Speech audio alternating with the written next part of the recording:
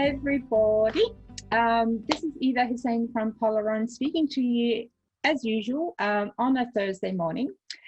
Today, I have once again someone whom you've met before, but that I really admire. And let me tell you why I admire Marie, because she is, first of all, she's an amazing superwoman, honestly. Like you have no idea what she does behind the scenes, and that she's a mom, and she's also a very, very hardworking person, like probably the hardest working person ever that I've ever met. But the most thing that I admire about Marie is her knowledge about the translation industry and the passion that she has. And I'm not, you know, I'm not just saying it, I really mean it. And she's very knowledgeable, and she's someone that I'm learning a lot. So in preparing for today's session, we were thinking, okay, what do we present, you know, to give people value? Because, like, yes, it's great to catch up and, you know, talk, but it's not about that. So Marie's put incredible amount of work together in preparation for this session, and we're going to be talking about innovation, which is such a vague thing, right? So people say, oh, you know, let's innovate, or we're so innovative, but what does it actually mean? First of all, good morning, Marie, and thank you so much for finding the time for us, because I know you're super busy. No, good morning, Eva. No, not at all, not at all. If someone is busy, it's you. And I always, you know, very much enjoy having those conversations with you, and you know, and deliver some information to our audience. So no, I'm very happy to be here.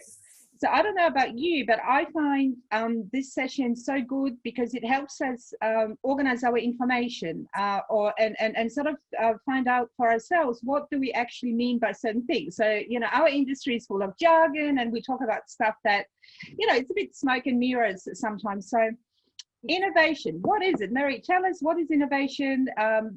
What do you do with it? Yeah, okay. So, okay, innovation, what it represents for me. When I think about it, I actually think like my children would, right? So it's really about being bold enough to shake up the status quo. It's about making connections between different ideas. And it's about just forgetting that it's impossible. And once you forget that, you can challenge everything you know all the time and make the most out of it. But the thing is, with innovation comes change, and with change we know that comes resistance. And if there's something that I would really love our audience to live with today, is that it's this thought.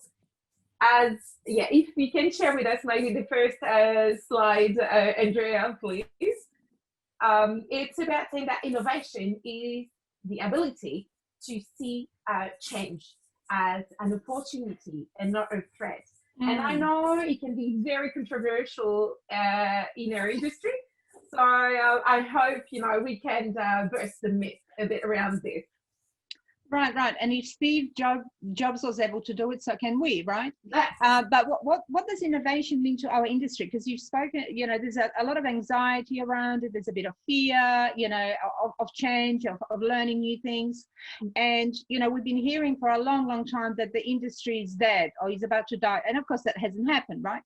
So just like anybody else, from lawyers to doctors, we have to innovate. And what that means is that we have to adapt, and we have to, I guess, see how we can add value to whatever it is that we do. So what does innovation mean to our industry, Mary? Could you maybe take us through that? Sure. So when we think innovation, straight away, we think technology. And many people in the industry, as we were just saying, are under the impression that technology works against us and threatens our jobs. But I would like everyone to understand that actually technology should be used for what it is. It's just a tool to empower us, nothing more than this. And so when we look at some figures, like the graphs we have on the screen right now, but when you look back, right, lots of us, maybe most of us, were born before the internet, right? And when we look at our oh so precious smartphone, it's just a teenager, okay? So it's a matter of fact, the technologies have progressed more in the last 25 years than from the beginning of time. And when you look at the Moore's law, even if it's not fully relevant anymore, it says that we can expect the speed and capability, you know, of our computers to increase every couple of years, right? And when you pair that with, in that example, the global growth trend of data volume, the trend is super clear. Technology is here and it's not going anywhere, right? So head spinning match, yeah, Yeah. yeah. But also, if you have a look, also, can we get to the next slide, please, Andrea? Thank you so much. So if you look at that, look, global language services market is growing also at a super fast pace. It's doubled in size over the last 10 years. Why is that? It's because we need to translate more and more content in more and more languages because we want to reach to all the markets. And it's estimated that by 2027, we will have to translate into more than 60 languages to reach to 96% of the online population. So yes, computer power, data, it's all increasing very fast. And still, I very much believe that the future for industry is super exciting. It does change extremely quickly, right? And I know it can be very much overwhelming, and many worry that we will be replaced by machines and worry about what our profession will look like in the near future. But as you were saying, when you think about it, this fast-paced change, it applies to everyone. We can think about doctors, teachers, builders. The difference in your job between the beginning and the end of your career is quite phenomenal, right? And technology is just here along the way for the same purpose. It's about making your life easier so we can focus on more critical tasks. But just however, when I said the word automation, ooh, I can see some eyes becoming very big, or I can hear some teeth grinding. And it's all about thinking about it from a different perspective. Because once again, the technology is a tool at the service of our brain. And there are aspects that machines will never replace. I'm talking about skills like creativity, empathy, critical thinking. And we know how much it is, how important, it is for translators. So, let's embrace the change and let's reinvent ourselves, really. Right, and we knew this was coming. Like I remember 15, 20 years ago where, we started talking about all the things that have now happened or that we have now predicted.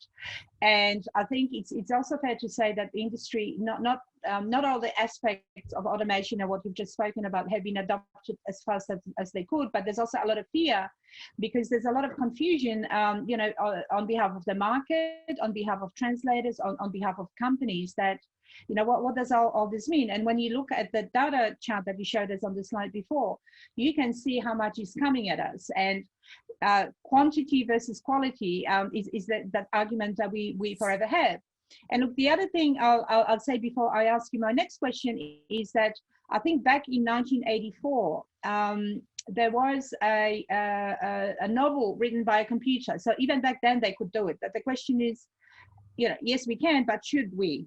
So that's another thing that, yes, we have technology to do certain things, but is that what we want to happen? So, for example, I'll look at some of the interpreting technologies. So, for example, Google developed, that's great, but how about we learn languages? Isn't that a value? Doesn't that expand our brain? And, isn't bilingual or trilingual a great thing? It should be. So I think all of it comes with pros and cons. And I think, that change needs to be embraced, and certainly we are a little bit behind in some aspects. So the next question I was going to ask you, what does all that mean to our industry specifically? And I think maybe if we can even hone in Australia, because it is a little bit different than the rest of the world, and you come with global experience, which is very international and corporate. So maybe you can give us a bit of focus, a bit of honing on, what that means to our industry. Sure. Thank you, Eva. And I agree with you, right? It's not black and white. There's a lot of gray in there, and it's about see what we can talk about those innovations happening and see how it can help us instead of fighting against it, and see where we humans bring quality and things that machine will never bring. So if we go through a few examples, if you can go to the next slide for me, Andrea, please. So I would just like to quickly talk about some very cool, I insist, they're cool, they're not scary, innovations that are happening on a playground. I'm not going to be about the bush, and I want to talk about AI and deep learning. I know they are big and scary words, and it is super easy to get confused. So I will try just to demystify this super quickly. So what's machine translation? So machine translation, that is the task of automatically converting some text from a language, source language to a target language. And we know that more and more organizations resort to AI in the form of machine translation. And there are two reasons for that. It's cheaper, and they can have their translation ready in no time. So, okay, that's a statement. That's what the market is like at the moment. Now, when you look at machine translation, there are actually 4 types of machine translation. We're not going to go into details about this today, but I would just like to focus on NMT, neural machine translation, because this is where the most exciting innovations are happening at the moment. So NMT, that's a type of machine translation that relies on neural network models, right? And that develops statistical models for translation purpose. Sorry. What does neural models mean? It just means that it's based on the human brain, and it means that the system can learn how to complete new tasks without instruction. I am a translator myself, right? And I must admit that I have sometimes been blown away by the increased accuracy of AI-enabled automated translation platforms. Sometimes, I say sometimes. Probably in French especially, because linguistically it's quite close to English. So that's right. You are exactly right. And this is exactly my point. Thank you, Eva. So yes, we're talking about Google Translate, we're talking about DeepL, Amazon Translate, and all that. So arguably, they are the most popular applications of NMT. And there's a reason why they've improved so much. It relies on the quantum leap, right, in NMT algorithms, and it relies on the large volume of data that we spoke earlier on, and that are available in many languages. So that means that all this data that is available online becomes training data for NMT, and from there, it self-learns and creates more human-like translation.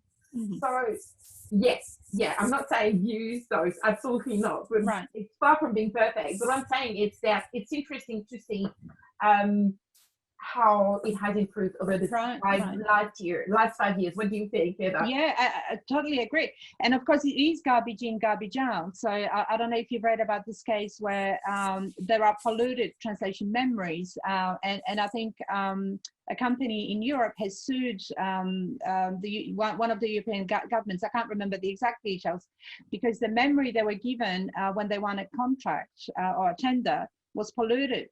So to clean it up, it takes such a long time because it's a trial and error. And like if you put garbage in, you're going to get garbage out. So it's also, like the technology is there, but of course you have to have human oversight, which is something we're going to touch on shortly. That you can't be without humans in a translation yet. Absolutely, that's right. And this is why, again, it's always in the gray area, right? It's about combining all this. So now, I just want to quickly talk about natural language processing, so NLP. It's another component of artificial intelligence. So what is it? It's about programming computers to process and analyze large amounts of natural language data. Okay, some popular applications of this is speech recognition. So I'm sure if I say Alexa, Siri, Google Assistant, everybody knows what we're talking about. That's and there's been sort of interesting innovations in this field recently. There is something that's called the two-way voice interpreting. Have you heard about that, Eva? I have, but tell us more. Yeah, it's available through apps, and it's the evolution of the voice recognition technology. So, Eva, I know you speak Polish, and I don't. And I do speak French, and let's assume you don't. I'm not sure if you do, Let's assume you do. A little bit. Yes. I'll pretend. Go for it. So my phone will handle the double interpreting in real time in both languages. Okay, cool. Certainly, far from being perfect, and it does not replace a very much beloved interpreters, right? But it's something that is there and that exists and that we cannot ignore. And when you think about it, it's a pretty cool use of this pre-existing technology. And another innovation that I find interesting is the camera translation. So it's about combining machine translation technology and optical recognition. So let's say you're in a restaurant in Thailand ever, and you have no clue about what's on the menu. With that, you get an instant on-screen translation. So yes, we can definitely argue about the quality of the translations, that's for sure. But I just want to say that it serves its purpose in a global environment. Right. Like traveling in a country whose language you don't speak, right? And it is getting better. I think that technology is improving every day, and I think we can no longer laugh at it. And like once upon a time we would put funny Google Translate signs or whatever. That there's less and less of that because the technology is improving, and also I think people's education, generally speaking, about languages and translation has improved because we as an industry certainly try to educate people. So. This is This is very true, and also, it's not going to replace us because there were things that we were not doing as translators. We can't translate every menu in every restaurant in Thailand, so it's just something that comes on top of it. Right, and we wouldn't want to either. But I think when it comes to, let's say someone's got a website and they want to make it global, of course it makes sense if there's technology to enable them to do that, to give it to a machine to do, and then you use humans to polish it or to, Yeah, exactly. Yeah, exactly. You're exactly right. So yeah, when we talk about localization and internationalization, so internationalization. Maybe some people in your audience, need to understand what that is. Yeah. So it's when you build a website, an app, a software, we usually use Unicode and UX for this to work the best for global targets. That's what we call internationalization. And then you've got localization. So localization, it's about the technologies and the processes to adapt those products or services for specific countries, regions, groups. But it's not only the translation into specific language, it's also the modification of this initial product. So we're talking software, etc. We can talk about movies, subtitles, anything, to reflect localized conventions. And it can go, as far as dates and numbers formatting or supporting right to left languages and those things.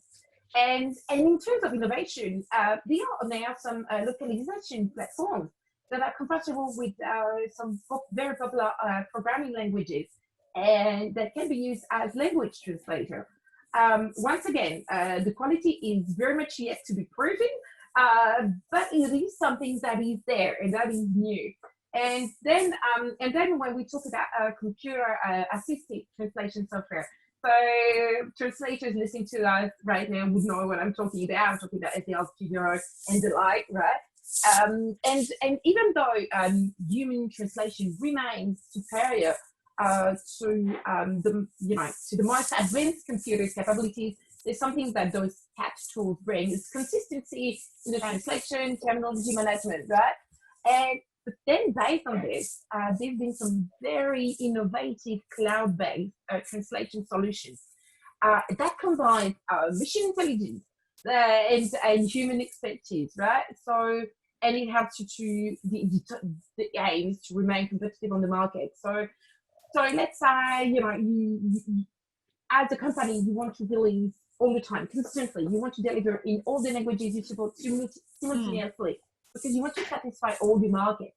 And so you will have your software engineers creating more and more content, and then you will have more and more domain to translate, and then you have translators running around everywhere, having more a concept to translate than it can absorb. So we're talking about mega volumes and mega formats and all that, and still now, lots of this is done manually. So yeah, combining, CAT tool, neural machine translation, yeah, okay, then maybe part of it translation can be covered by this setting, and so translators can focus on editing or making, applying some nuance or making it Right. culturally appropriate. So in a way, that work is a lot more creative, because I think that the automation and the tools that you were speaking about, they're there to help the translator be more consistent, to be more accurate. You can also put people in teams where everybody taps into essentially the same platform, and they can share information, share terminology. Yeah. But at the end of the day, the quality of the translation is up to a human being, a translator, exactly, who will polish it or develop into something that sounds beautiful. And sometimes that's really important. When you sell stuff, it needs to sound as good as as the original, if you want people to buy your things, for example. Or right. In the Australian context, machine translation is still used very little, because we have a slightly different industry than elsewhere, and the volumes are perhaps a bit different, but there is still a growing market for what you're talking about, where without that assisted technology, we wouldn't be able to produce quality that's as good as we can. And certainly, we're seeing, when you talk about innovation, in my mind anyway, I don't know if you agree, we're not talking about revolutions. Like some things are revolutionary, but we're also talking about little things that make a big difference. So for example, we're seeing multilingual chatbots. We're seeing all kinds of nifty little solutions from startups or from little companies. And I think bigger companies are slower. They're like dinosaurs. They're a bit slower to react. So when you have a smaller, more agile and clever organization, that agility, helps be agile and come quicker to the market and be more innovative, I guess. So speaking of that, we do have a few examples of what we do. So we've been around for 20 years, and that's a long time, and it's not a long time. I can say that because you still have to. You have to be responsive to the market. You have to not just sell what the market might need, but you need to educate the market. You need to tell them how things are done properly, especially in an industry where there's so much confusion about what translation is. I heard someone saying once that, if you have two hands, you can play a piano, but will you play it well? And then, if you speak another language, yes, you can speak it, but can you translate well? So it's a bit like that. So it's a real art to it. But could you take us through some of the innovations that we are kind of working on behind the scenes? Yeah, I would love to, because it's a very good point. We should, indeed focus on the importance of being innovative as human beings, right? It's very much part of what we can do. And so now that we've freed some brain space, about relying on technology, we can make the most of it. We can be creative. We can think about the box. And so, at Polaron, hey, how does it translate? I hope you love the pun here. Love it. So, we've got many ideas, right? I know that every time we speak, Eva, we have new ideas coming out, and it's just, happening all the time. But today, maybe I could talk about two innovative services that we are so very proud of. Maybe if you can go to the next slide for it, Andrea, please. So, thank you. The first one is co-design translation. How much do we love co-design translation? If we could do only that, I think we would. It's such an amazing process.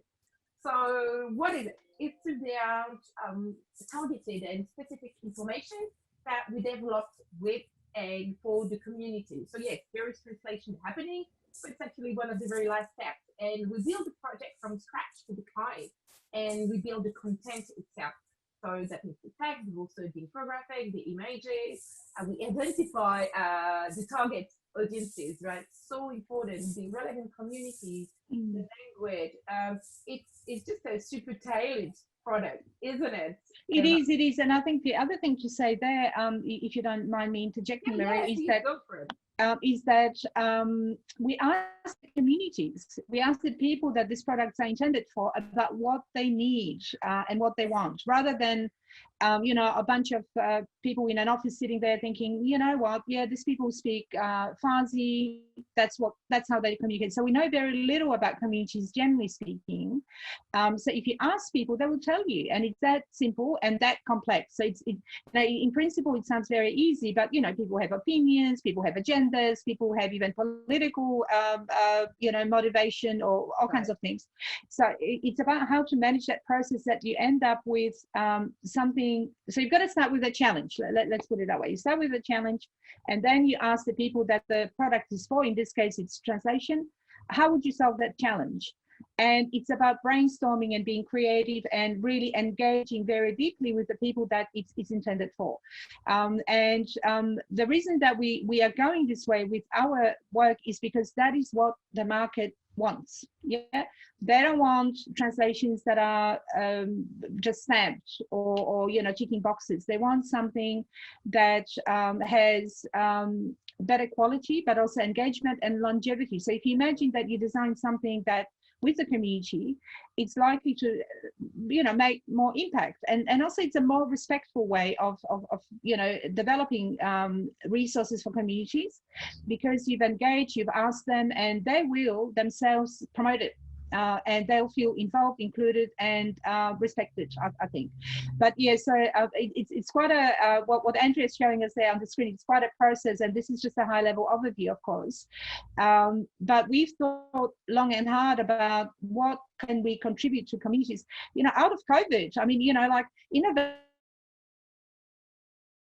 happens because of adversity. A lot of the time you have a problem, you have a challenge, and it's like, what do I do about this? So it's not an impediment. For me, innovation is exciting, and I don't see any cons. There are some, of course, because you know, like it depends what it is and what it does. But I think in our industry, it's exciting to see new things being developed that are respectful to the process, to the client, to us, and that's, you know, and we can be proud of, because I don't think there's enough of that where we just can say, yep, we stand 100% behind this, and that's the kind of service that we can, right? Because it's so involved, so complex, and so detailed.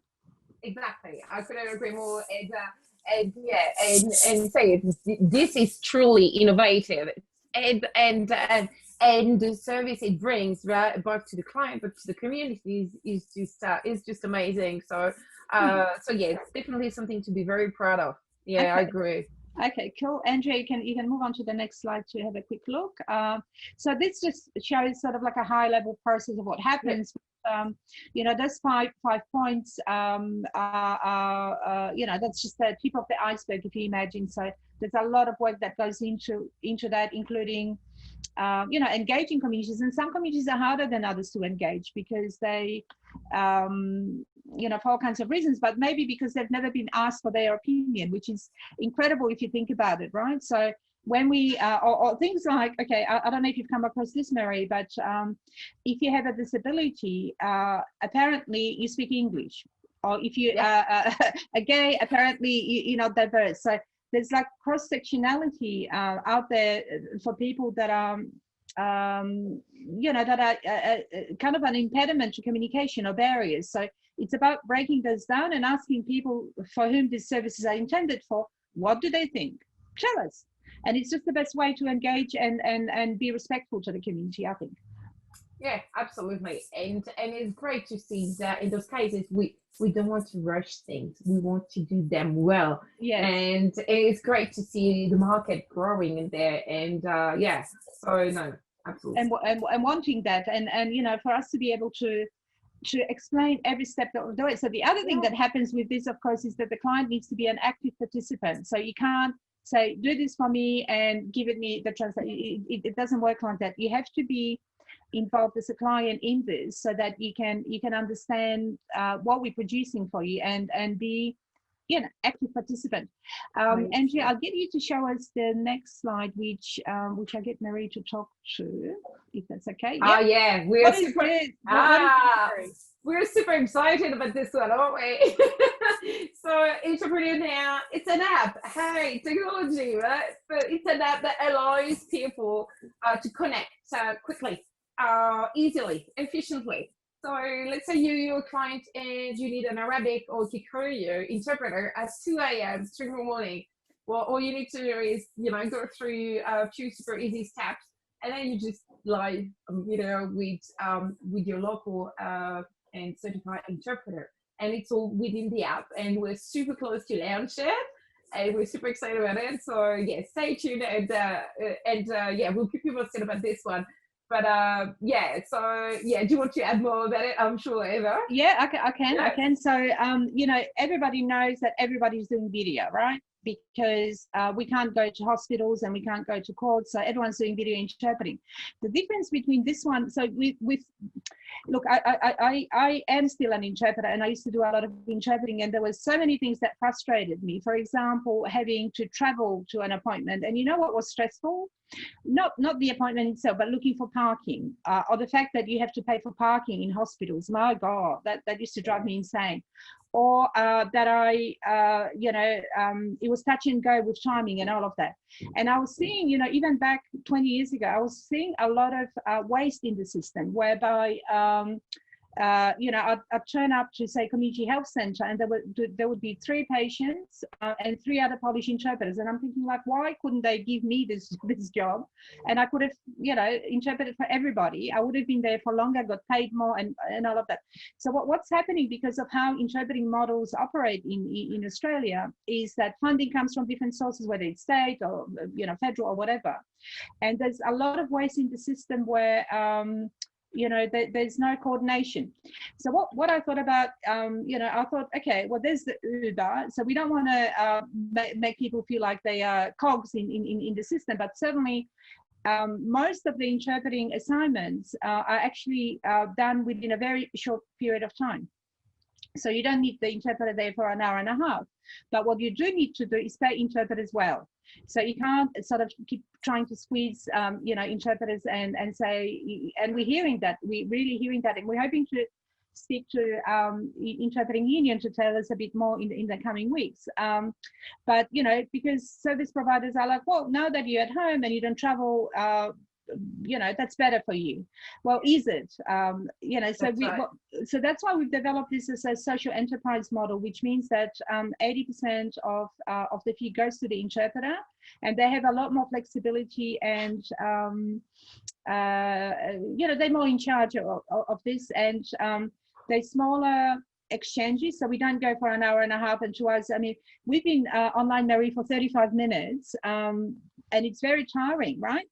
It's tiring being on Zoom all day long. Yes, so yes, yeah. We're building breaks. So there's an algorithm, innovative algorithm behind the scenes there to empower interpreters. So that's in a nutshell. But tell me a bit more about human versus machine, or how would you put it? Like we talked about, or you very eloquently explained to us how it all works in terms of innovation, and whether it's a threat or is it a positive thing. Let's talk about humans. Let's talk about us. I think in the era of COVID, that's even more important than ever, where everybody's working from home, and we have to embrace technology in one way or another. So is innovation in the translation industry good for the industry, or does it come with its own set of challenges? What do you think? Okay, well, I think we'll all have different views on this. Right? Yes. It's quite polarized. But so yeah, if you ask me, so when on the surface, right, all those things we talk about, all this AI and MT and stuff, it gives the impression of a threat to us, right? Translators, interpreters, and we usually get super defensive and offended when we are being told that we will translate zero job, right? But look at what we just showed, interpreting AI or design translation. When you dig a bit deeper, you realize that it could well be an opportunity to reinvent yourself. So right. Yes, all these machine translation is more reliable, more accurate, more sophisticated. But are we going to collapse? I really don't think so. So why? Because, well, first, there's a good chance that innovation in this field is going to plateau for quite a while before it picks up again. And because, as we explained before, there are more and more languages that need to be translated. And this is something we know very well at Polaron, right? We experience this on a daily basis. And for those rare languages, there is not much training data available as training data for the NMT. So that means translation coming from NMT for those languages would be completely useless. And also there's a huge need for specialized translation. And that specialized translation definitely requires human input and, you know, specific terminology and specific way of translating. I'm talking about certain types of documents. I'm talking about, you know, standard certified documents or legal documents or documentation, but also certain areas of expertise that MT has no idea about. It, you know, legal, healthcare, IT, all that. It has, it requires certain skills as a translator to be able to translate this accurately. So I think this is exactly where we belong. And so all that, it's just that all those innovations, it's just give us a chance to become specialists and experts in what we do. We can get rid of all those repetitive robot-like tasks, and we can focus on more brain-satisfying tasks, right? And so maybe it's a positive shift after all. Yeah. And I agree with you. And I think we can't stop progress or be resistant to it when all the other industries, like you mentioned, doctors and lawyers and whoever, everybody has had to come on that journey. And you know, even though translation as a concept has been, you know, around forever, translation as an industry is really something quite new. You know, so we've translated Bibles and all kinds of things, you know, in the Middle Ages, but I think as an industry, it's really young and developing. And I think the other thing is that because the entry into the industry is so easy, essentially, you know, anybody can open a translation company and get a free you know, few freelancers on board. That's another issue where you know, and we're also seeing, yeah, in terms of I don't know if it's innovation, but you see super agencies like massive companies in America, Europe, that are buying everybody out, and they're like really big.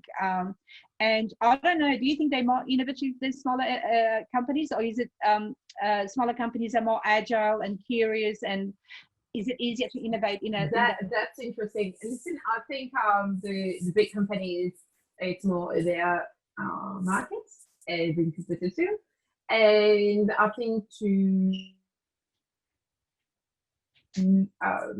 shake up the status quo, as I was mentioning at the beginning, would be much harder in such large companies. And I think when we are a smaller structure, like as a Polaron, we all know each other and we all collaborate together, and we are very close to translators and interpreters.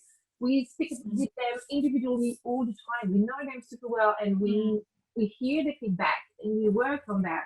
And so from there, yes, it's just, you know, triggers so many ideas. And because we don't have, you know, such a big structure to move, indeed, it's much more agile. And so we can not only be more innovative, but also transform the innovation into reality, you know, in a much easier way.